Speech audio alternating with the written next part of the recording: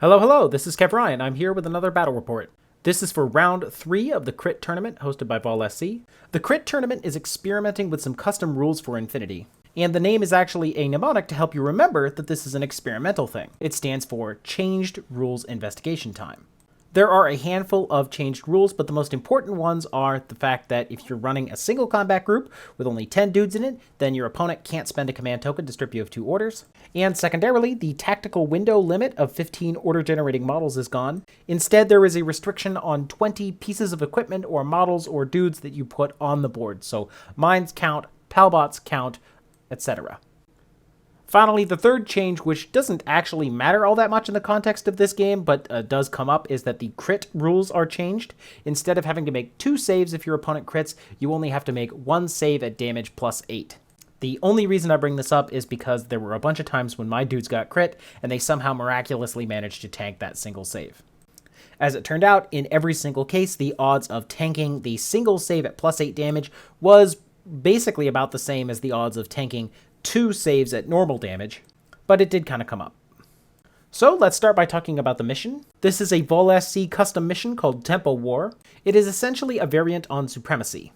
Like Tempo War, you're trying to dominate quadrants and push buttons, but the key difference is that in Tempo War, you score at the end of some player turns, rather than Supremacy where you score at the end of the round. The round basically ends at the end of the second player's turn.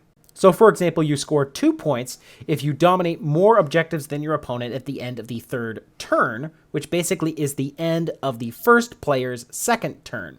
Now you don't score at the end of every player turn. The first player's first turn and the second player's last turn are not scored, but basically at the end of most player turns, you're trying to control these quadrants. I think the motivation for this is to make things more dynamic. If you've played Supremacy or Quadrant Control, you know that if you're going second, one of the things that you do is you react to your opponent's deployment and move troops into quadrants and seize them from them. This is actually kind of fun if you're going second, but if you're going first, it's kind of frustrating because, well, what are you supposed to do to stop that? In Tempo War, because you score at the end of the player turn rather than the round, both players have the opportunity on their turn to react to their opponent and steal zones. So that's kind of fun. That having been said, I don't love this mission. I think that switching things so that you score in the end of the player turn makes it so that it favors going first a little bit. Now, it's not as bad as Supremacy, which just massively favored going second, but I still think that there's some imbalance there. The other difference between Tempo War and Supremacy is how the buttons work. In Tempo War, each player has 2 buttons that they have to press, one near, one far. These buttons are not shared. You can't steal them from your opponent. You're not trying to push the same buttons as your opponent. Just 2 buttons, press them, 1 point each. Also, one last note, because this mission was designed in ITS Season 11, it still has a liaison officer. This mechanic was to help announce the arrival of O12, and the liaison officer was a forward observer that, if they were alive at the end of the game and outside your deployment zone, could make a whip check. If they passed, they got a single objective point. If they failed, you could spend command tokens to reroll. The mechanic is a bit of a relic. I don't think you'd see it if Tempo were designed today, but it's there. I mean, I actually completely forgot about it and didn't take a liaison officer, so it's not going to matter, but, you know, it's still in the mission. Speaking of what I took, I ran the big boy list once again by XNED. This is the all-stars of the Steel Phalanx. I've talked about them many times, and I will continue talking about them. I love this list. It is a lot of fun. However, it is completely inflexible to small changes in my opinion. Even if I had remembered the liaison officer rule, there is no way that I would have adjusted my list to take one. In the context of this game, I think the most important things to bring up are that I very heavily rely on smoke and MSV to win long-range gunfights. Basically, my only long-range gun is Phoenix, he's only got a heavy rocket launcher, and he's not even core-linked. So if he's not slapping his opponent with a Mimetism -6 penalty, his odds of reliably winning the face-to-face roll drop significantly. Now, given that I have regular smoke and Eclipse smoke, I can often play around this, but if I do have something I just want to shoot, it's kind of unreliable. Other than that, these guys are really tough, they're really fun, and they do really well. My opponent is MRRF, the French, and he was kind enough to provide me with a list code, so we actually get the name of the list in here too. I believe it is mine, representing all the EM mines that are all over the place. You've got 3 forward deploying Zouaves down here, each with their EM mines. You've got an infiltrating Moblat with an EM mine, and then you've got another infiltrating Moblat with an EM mine, and of course a Chasseur mine layer. And having talked to my opponent after the game, his plan was, if he got to go first, to just take all of these mine layers and push them up the board and coordinate laying a bunch of EM mines and then move up the board again and coordinate laying the EM mines again. The result would be a wall of EM mines that would be a pain for me to slog through. On the other hand, I end up winning the lieutenant role and choose to go first. So if this list has to go second, then the Zouaves and the Moblots are basically going to reactively lay mines, and the Zouaves in particular are going to use their dogged state to be extra annoying as they do so. So that's why it's called Mine, Mine, Mine, and I think that's the plan. So we've talked about the mines, let's talk about the rest of the list. You have 4 chasseurs, 2 mine layers, and 2 forward observers. I think that's a pretty standard breakdown for chasseurs in MRRF. You have just a couple of metros, one with a Panzerfaust in camouflage, one with a rifle being a lieutenant decoy option. You've got the Moblots and the Zouaves that we've already talked about. And then you have a Harris of Bruant, who is a wild card, a Briscard heavy rocket launcher, and a Briscard AP sniper rifle. The Briscards are the mountain troops of the French, and Briscards are basically a very lean platform for having MSV-1 and some decent guns. 19 points for an MSV heavy rocket launcher is A-okay with me. So that's the list. Now, it is my understanding that my opponent was experimenting with these Moblots here, and those Moblots are quite expensive. Now, having infiltration and EM mines is pretty darn good, but you give up a lot in order to have that. In particular, given the 20 model restriction rather than the tactical window restriction, I was very worried that my opponent was just going to bring, like, 10 camouflaged metros with Panzerfausts. These metros are not particularly good at gunfighting, they're only BS-10, and their camouflage is a dead giveaway because it's Mimetism 0. But these metros form a very safe order battery. Even without Mimetism, I have to discover these guys before I can shoot them, and discover can fail. So, walking into this match, I was worried about an ocean of metros, and instead my opponent was experimenting with the Moblots. And the combination of how tough the Moblots are for how relatively fragile they are for that cost, the end result is that the list is fairly brittle. Also, if you look at the SWC, you will notice that there's only 4.5 SWC spent. My opponent announced that this was because he was bluffing about having a paracommando. I usually don't think that that bluff works particularly well on paper, but in this case, it actually worked. I don't know. I thought he had a paracommando coming the whole time. And there were a couple of occasions where I basically deployed my troopers so I could watch table edges near me in case the paracommando showed up. So the bluff did work, and it hurt my position a little bit. I don't know if it was worth the cost of not having that 1.5 SWC to spend, but it was there. One other final thing to bring up, you'll notice that the list is broken down into 2 groups of orders 7 each. I think if you're going first and plan to drop a lot of EM mines, then the split 7 and 7 might make sense. However, if you're going second, it doesn't take a lot of casualties to render a combat group ineffective. You know, if I kill 1 or 2 orders out of each group, now you're looking at 5 plus 6. Neither of those groups are enough to really go on an alpha strike or anything like that.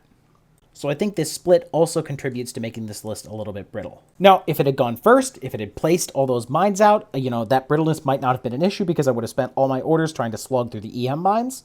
And really, I have to stress how annoying the EM mines are. Yes, I have an engineer. Yes, a lot of my guys are just medium infantry and warbands, so they only get isolated. But getting isolated kicks me out of the link, and the engineer is only whip 14, and so he's going to fail about a third of the time. Slogging through 4, 8 EM mines could easily take 3, 4, or 5 orders, which would really put a damper in my attack plans. All of which is to say, the fact that I get to go first really is favoring me once again. Alright, let's talk about the game. This is the map. It's actually a repeat of the Supremacy map from Season 3, I think. But I am quite happy to see this map again. I think it looks really, really good. I really like the medieval theme. I like using the statues as the consoles. I mean, of course I like the Greek statues. I'm still Phalanx. I think you see a lot of sci-fi environments, so seeing a medieval one is kind of a nice change of pace. And I believe the map is fairly playable. These really high walls and towers are off limits for deployment, but the hills and rocks do add a little bit of verticality to things. So, it's a repeat map. I've played on it before, but I like it. As I've already said, I won the lieutenant role and chose to go first, and I have set up on red side. We have a flashball spot here, a flashball spot here. A Netrod who failed his drop is ending up over there. Another Netrod who failed his drop is ending up over here. And then I deployed Hector, Phoenix, Machaon, and Ajax in that position. And my withheld units were Akmon right here and Achilles right there. After my opponent had deployed, I did notice the 1.5 SWC gap, which is actually why I put Achilles where he is standing. He is basically watching that table edge for a paracommando. And it is because of the need to watch for a paracommando that I decide to put Akmon in the Enomatarkos and attack with the Enomatarkos. Meanwhile, this is my opponent's deployment. He has a Zouave here, a Zouave here. This is a Chasseur mine layer. This is a Chasseur forward observer. This is the mine layer's mine. There is another Chasseur mine layer over here with a mine there. I believe this is a Chasseur forward observer. This was the Metro with the Panzerfaust. I think this is a Moblot. This is a Briscard sniper rifle. This is Brant, who is in the Harris, and this is a Briscard with a heavy rocket launcher. And finally, we have a Metro over here being a Lieutenant Decoy. Oh yeah, and there's one more Zouave over here. So, as you can see, my opponent has put all these EM mine-laying Zouaves that I'm going to have to slog through before I can get access to his Harris. So using this picture to talk about my first turn, what I'd like to do is take my Nomotarchos, punch through the center here, take out the Zouave, take out the mine layer, or leave him behind if I have to, ignore this Chasseur or take it out if I have to, continue on back to here, killing what I can, and end up acing Brant and acing this Metro. If I can accomplish all that, I will have gutted a vast majority of my opponent's SWC guns, and I will have taken out both of his lieutenant options, leaving him in loss of lieutenant. Even if there is a paracommando coming, which there isn't, but I'm afraid that there is, that paracommando will not have the orders to be able to actually do any damage. However, to do this, I'm going to have to cut through 2 Zouaves with mine layers, as well as a Briscard that's on arrow. Now, killing this Briscard Harris so that it's down to 2 men is actually something that's pretty important to me. I like to have Phoenix on ARO duty, but these Briscards, especially the guy with the heavy rocket launcher, presents a pretty serious threat to Phoenix. It's not a super big deal. I mean, Phoenix still has Mimetism -6 and the Briscard only has MSV 1. But if my opponent takes that face-to-face, if my opponent wins that face-to-face and lights Phoenix on fire, Phoenix could die and I've lost my ARO piece in that capacity. So even if I can't punch all the way through, I really do want to kill at least one member of this Briscard Harris. To make that happen, the first thing I do is dissolve my Nomotarchos so that Ajax can run forward unimpeded. Ajax is my best short-range gunner, but I've had to deploy him at the very back of my deployment zone because of how big and fat he is. I want to move him up, and his Impetuous Order lets me do that. Switching over to this position, we can actually see the first couple of obstacles towards my advance. There is this Metro right here with a Panzerfaust, and then I think this is a Moblot that I forgot to mention earlier. I've either got to kill these guys or smoke them. My initial smoke toss actually fails, and by that point, most of my Nomotarchos is hiding behind that rock right here, I guess. This is a fairly long-range gunfight. It's not super bad, but I don't want to have to spend 2-3 orders trying to get past this thing. So what I end up doing is moving Ajax up to the front, and I'm thinking he can split burst, putting 3 or 4 shots into the Moblot, 1 into the Metro in the back if the Metro decides to reveal. The Metro does reveal, the Metro wins the face-to-face, which is kind of surprising considering the Metro was on like a 7, and then Ajax takes a wound. I don't remember if I take out the Moblot, I think I do. But the end result is that I've spent an order and I haven't actually gotten any closer to my goal. I swap around, I put Phoenix up front, Phoenix takes out the Metro, I think Phoenix also shoots the unconscious Moblot, taking out the mine, and having done that, I'm able to advance. Next stop is right here. There is a Briscard sniper right here who has this particular lane. I could throw Eclipse Smoke if I want to, but then I'd have to keep throwing Eclipse Smoke as I advance. I'd really like to kill this Briscard. So I decided to do something a little bit risky. Let Phoenix take the face-to-face with the Briscard. Now it's going to be burst 3 on 13s for me versus burst 2 on 9s for my opponent. Fairly reasonable odds. And my opponent only has an AP sniper rifle, so I know that Phoenix isn't going to die if I lose this face-to-face. Plus, Vaulsc has given us a single reroll to use in our active turn, so I'm thinking I can use this reroll if things really do go badly. Unfortunately, even with the reroll, things do go fairly badly. Phoenix ends up losing the face-to-face and takes a wound. I could just try again, but I don't want to lose again and then have Phoenix die. That would really suck. So I end up having to spend a bunch of orders. I move Machaon up and cancel the NWI on Phoenix. This ends up giving this Zouave, and there's a Zouave over here, and my Nomotarchos is hanging out here. So both of those Zouaves end up getting dodges. They're dodging out to see my Nomotarchos, which is also annoying. After they dodge out, I am able to use Achilles over here to gun them down safely. By safely, I mean without triggering any EM mines. But because of the fact that the Zouaves have dogged, I can't kill them in a single order. So Achilles has to spend 2 orders putting both of the Zouaves actually in the ground. After that, it's yet another order in order to have Phoenix run around and trigger the EM mines so that he can dodge. He succeeds his dodge, but I just can't afford to have the EM mines hit my entire link. All of which is to say the 2 Zouaves and losing the face-to-face and insisting on healing myself rather than going after the Briscard again means that I've spent like 4 or 5 orders basically killing 2 Zouaves. It is a major, major time sink. Now, after that, things do go a little bit better for me. Phoenix takes the face-to-face once again. At this point, I know that I'm not going to be able to get to his back arc and kill his lieutenants, but I do want to strip that Harris down of a guy, and the Briscard sniper is the right guy to do it. So I do take that guy out, and I then, basically don't have the orders to go attacking too much anymore. So I take my entire link, and I end up in a defensive position here.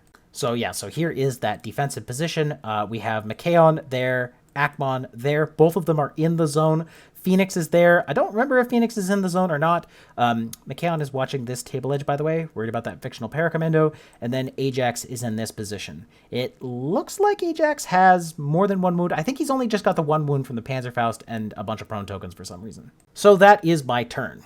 I've killed a couple of things. I'll look at the stuff that I've killed in a second. It looks like I also pushed a button over here, the one that's red. But notably, the Zouaves and the Moblots and all that combination have prevented me from punching straight through and killing his lieutenant like I wanted to. Part of that was luck, of course, but I do want to highlight the fact that unlike Corregidor in last game, and sort of unlike Chasfasti in the game before that, the French have successfully repulsed the Steel Phalanx's attack.